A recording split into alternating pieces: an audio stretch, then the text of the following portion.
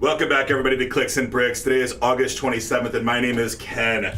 We've got some exciting stories today, but before we get started, today's episode is brought to you by Inlink.com. My Inlink.com account is Inlink.com/Ken. It's Rapport made easy. So if you go to Inlink.com and sign up for your free account, you can create all of your social media profiles from that one location, give out that one link. Right now, there's still a lot of first names available at Inlink.com because they're a brand new website. So make sure you collect your Inlink.com name today so that you have an easy distribution of all your social media profiles with one URL.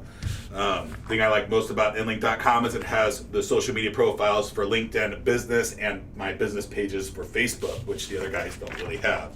So if you'd like to join my text line community, just text the word hi or ask me any question about any topic and I'll do my best to answer it. 314-370-2871, and that is my direct text line community. I will never try to sell you anything on that text line. I will only send you information, tips and tricks, motivational stuff. It's 1 to 2 text messages a month. That's all you're going to get from me. I'm not going to inbox you to death. Moving on to our very first story today. This one's pretty fun. Weird Whales. It's an NFT project, and it's a 12-year-old that deployed this NFT project. Now, I have some suspicions that his father helped him a ton here when I really read the article, but it doesn't really matter because this kid's got a bright future. His name, and I'm going to try not to butcher this, I think it's Benjamin Ahmed is how I think you say that. So I'm just going to call him Ahmed for the purposes of this story. And so he makes this Weird Whales collection. It sells out in 9 hours. 3,350 whale-themed NFTs. So basically just little pictures. Ahmed says that he was inspired by CryptoPunks and Bored Ape Yacht Club. I don't know about Bored Ape Yacht Club at all. And so he decided to make his own collection. Now this is where things get really interesting. Did he make 69 million total value? Anyway, CryptoPunks did 69 million in sales. So this kid's really inspired. He reached out to these guys that do the Boring Bananas NFT project, and they kick him over a Python script that all he has to do, and his dad's a programmer, so all he really has to do is go into this Python script, change his variables from Boring Bananas to Weird Whales, and then run the script, and it generated the whole thing for him. But it's really cool. They're all sold out, but he got 80 Ethereum, and when 860 grand, $160,000 this kid made. Now, it sold out in less than 24 hours, 9 hours. I have no idea how much time the kid spent. Obviously, he spent a lot of time researching NFTs, right? Because he knows about the NFT projects that are kind of underground. He spent some time there. He understands OpenSea. He's got a lot of this stuff in play, but he's gotten quite a bit of attention over these Weird Whales. And when they asked him, what he's going to do with the money, he said he's probably just going to hold the Ethereum and then just sit on that Ethereum, which I think is probably a good idea. I would recommend to him that he diversify that and get some Cardano or some other platform as well. There's one other interesting thing that I thought that I want to talk about in this article, but I can't seem to put my hand on it. But the Weird Whales, they're pretty cool. I'm going to do more research. One already sold on the secondary market for $6,000, so he's already getting royalties on the secondary market, which, if you're following the NFT market, this is the really important thing. Today, if I make a piece of software and I sell it, or if I make a piece of art and I sell it, the other person sells it later, and then the original artist doesn't get any other residual income. So the secondary market gets 100% of that return. And NFTs are going to change that dramatically. So the original creator of a product or a service, product probably most likely, be it a digital product or a physical project, could potentially participate in the secondary market sales, which is gigantic, right? Think if Picasso's family was still getting royalties from his art when he sold on the 47th market, whatever, after the aftermarket.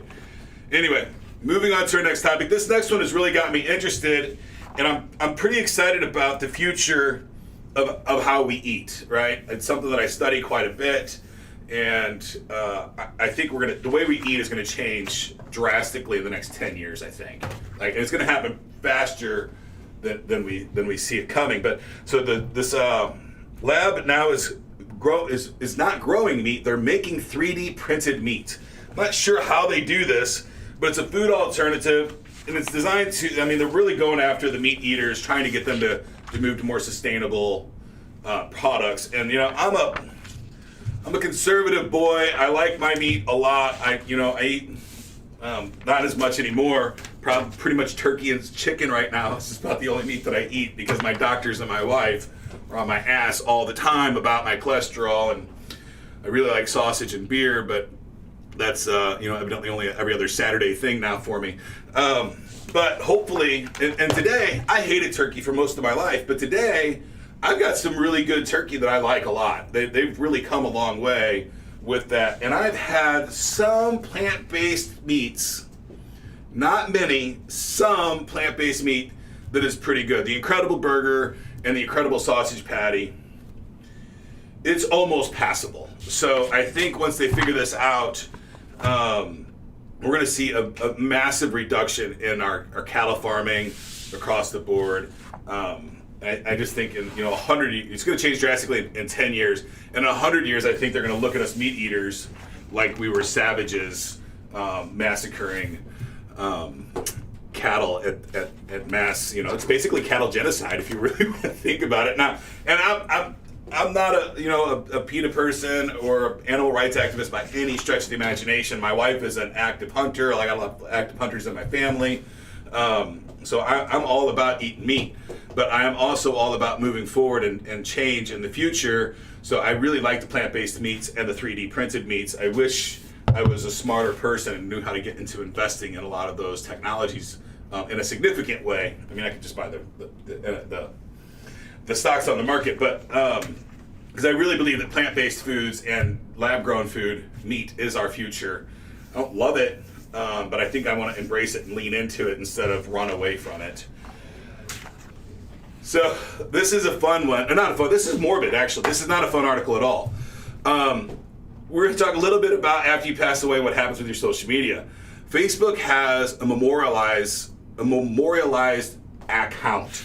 So you can go into Facebook today, and under the memorialized account, you can set up basically, what's the word when you going to give somebody all of your stuff when you die? Not dependence. I'm drawing a complete blank on the word that you beneficiary, right? You can create a beneficiary inside of Facebook, and that way when you pass away, they can take over your account and lock it down so that nobody can comment on it or anything. And we've all done this. I know it happens to me regularly. And the article that I'm referring to is that social media algorithms are controlling how I grieve, right? So we've all seen it. They, somebody passes away, and then you go to the funeral and everything, and 6 months later, somebody makes a comment on their post, and they come back up on your timeline, or they come back up in your remember this day, a year ago, 5 years ago, 10 years ago, and all of a sudden your father that passed away 10 years ago is back up in your memories, which some of that's kind of cool, I think, right? A cool way to rememberize somebody after they've passed, but sometimes it can be somewhat intrusive. You don't want to do that. So I think the memorialized account, something you can go back and look at and remember. I think it's something cool that Facebook is doing. But make sure that you set up your beneficiaries in your accounts. And I think more social media accounts should activate something similar to what Facebook has done. And then also some way that after you pass away, for a third party to gain access to that account and shut it down. Just because it's kind of weird. I know I do a lot of events on Facebook and other platforms. And it's so weird when I'm going through and I'm inviting people, or I'm making a new page for a client or something. I'm inviting people and I'm like, oh, they passed away, they passed away, they passed away. And you feel like shit blocking them. Like, oh, they passed away, so I'm gonna block them on Facebook? That's just weird. So I don't know what's gonna happen long term with social media accounts, and as you pass away, what's gonna happen with them long term. But Facebook, I think, has a decent grasp on it, and that's the memorialization tool. I'm surprised they don't try to take us and make us AIs and keep us living inside the Facebook account forever. I think that's coming long term, where you can just take Facebook and make a conscious you, a machine you, and let it live inside its little world, and it can keep giving sarcastic whips at your friends for eternity. I think that'd be fun, right? If just make every human being an AI and then put them inside a tool like Facebook and let them chat and fight with each other. Who knows? Anyway, moving on. We've got, what's the next topic? More robots. So Schnucks Market, this is not so much about Schnucks Market, because most of you won't know what Schnucks Markets are. It's a Midwestern grocery store chain, but the premise is that they're expanding their use of their Tally robots chain wide. So all of their stores are going to get these Tally robots. And what Tally robots are, it's really kind of cool, but it's taking jobs, obviously. It's a robot like you would see in the kind of the Amazon commercials. It's literally just goes up and down all the aisles taking inventory. So all the inventory clerks are gone, right? There's no need for them at Schnucks anymore. So, and that was a lot of union jobs that are gone because of these robots. And I think it's time for people to start considering how they're going to live alongside of all these automated tools and these robots. They're taking jobs. That's good in the long term, right? Because people get to now do more things that they enjoy doing. But in the short term, it kind of sucks, right? If I was a stock clerk at a Schnucks for 20 years and now I don't have that job anymore, hopefully they're trying to repurpose that staff into other jobs at Schnucks and training them to be robot technicians and things like that, because if they're going to displace all of these jobs, hopefully they do something to help these people get back on their feet. But they started here in St. Louis with their rollout just right over in this little town called Richmond Heights. But the companies, Schnucks is a privately held company. It's $2.9 billion in revenue in 2020. Maybe I should be in the grocery store business. Damn, that's a pretty good turnaround. And they got about 10,000 employees, so I don't know how many stockers are going to be out of work because of this, or if they're going to fire any stockers at all. They don't talk about that any at all. They just talk about this Tally robot, and it's Simba Robotics, SIMBE Robotics. I think that's one to watch out for, because they're making. When we were kids and we were watching the Jetsons all the time, or not we, I guess I was a kid. Not all of us were kids at the same time. Watching the Jetsons and stuff. The Jetsons is still a cool cartoon, right? My kids watch it. Not that cool, but there's some of the movies and shit. So, we're all thinking of Rosie robots and things like that. And Musk is making the Rosie robot. But these other, more functional robots from Boston Dynamics and the Simba company that are, they don't look like, they're not human robots. They're just, they're functional robots that do, single task, boring, monotonous, dangerous tasks, right? That's what robots are great for, and people should be thinking of new things to do and new things to try and new ways to communicate or improve communication. So let the robots do what they do, and let's do what the people do, and move on with life and figure out ways to live in a world where mindless, repetitive work is no longer a career option, which I think is fantastic. I was watching an article yesterday about work-life balance, right? And I've got a growth tip coming up for people who are trying to grow, so there's going to be another little work-life balance combos today. But they were talking about parents that work long hours, like me and my wife, right? We're gone from the house every day. Not every day, but I'm gone from the house every day from 8 a.m. to 9 p.m. My wife's out of the house 2 days a week until about 8:30, 9 p.m. And so our kids spend a lot of time with grandma. But the study shows that kids with parents that work late, if their parents enjoy their work, are happy kids. It makes little to no difference in their life. The parents are all upset about, I don't get to spend enough time with my kids, and they feel guilty. But the kids really don't give a shit. They're getting everything they need from their schools, their friends, the time that they get with the parents, their grandparents. It just goes back to that, it takes a tribe to raise a kid scenario. But a person that hates their job, is not happy with their career choice, and is home early every day, their kids are more likely to be bullies, have drug problems, be going out and stealing and stuff like that. So it's never been more clear, and it's never been more important to make sure that the work that you're doing, you enjoy it. And if you don't, start working looking for something else. And so I know for a lot of you it's scary. Having a job has always been something for me that's been very, very important to me. Right, I had anxiety for a long time when I was younger, like how am I going to find work? And I took any job I could get. Right, I would clean rooms in a Motel 6 until I could find another job. It just didn't matter what I was doing. I had to have a job, and I had huge anxiety about it.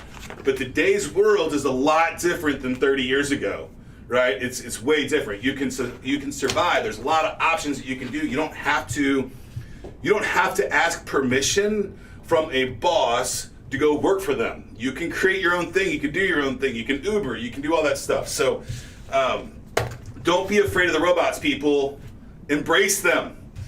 They will help you, I promise. I love this next story, and I think it's going to change our gaming world as a whole. Netflix is getting into gaming, right? They're going to get into gaming. So this means no more, I don't know what it means long term, but my gut says that the $1,000 consoles are gone in the future.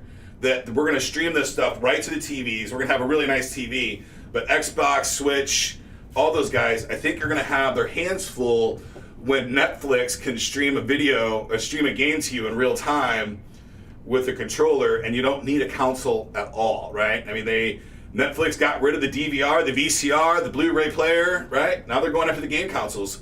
Unfortunately, it's only rolled out in Portland right now. Or not Portland, Poland. Yeah, not Portland. It's rolled out in Poland. Why do I keep calling Poland Portland?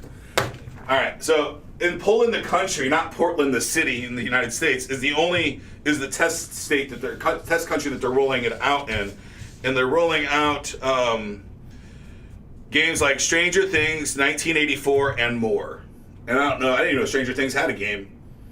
I'm not really big in the gaming world. I like the metaverse stuff a lot, and I do play Fortnite because my wife really likes when I win Fortnite and I do the Rick dance for her. It's pretty disgusting. It's our habit. So this is what we do between 9 p.m. and midnight every night. It's pretty bad. Anyway, my last topic for today, and this is a growth tip, and it's something that really pisses me off.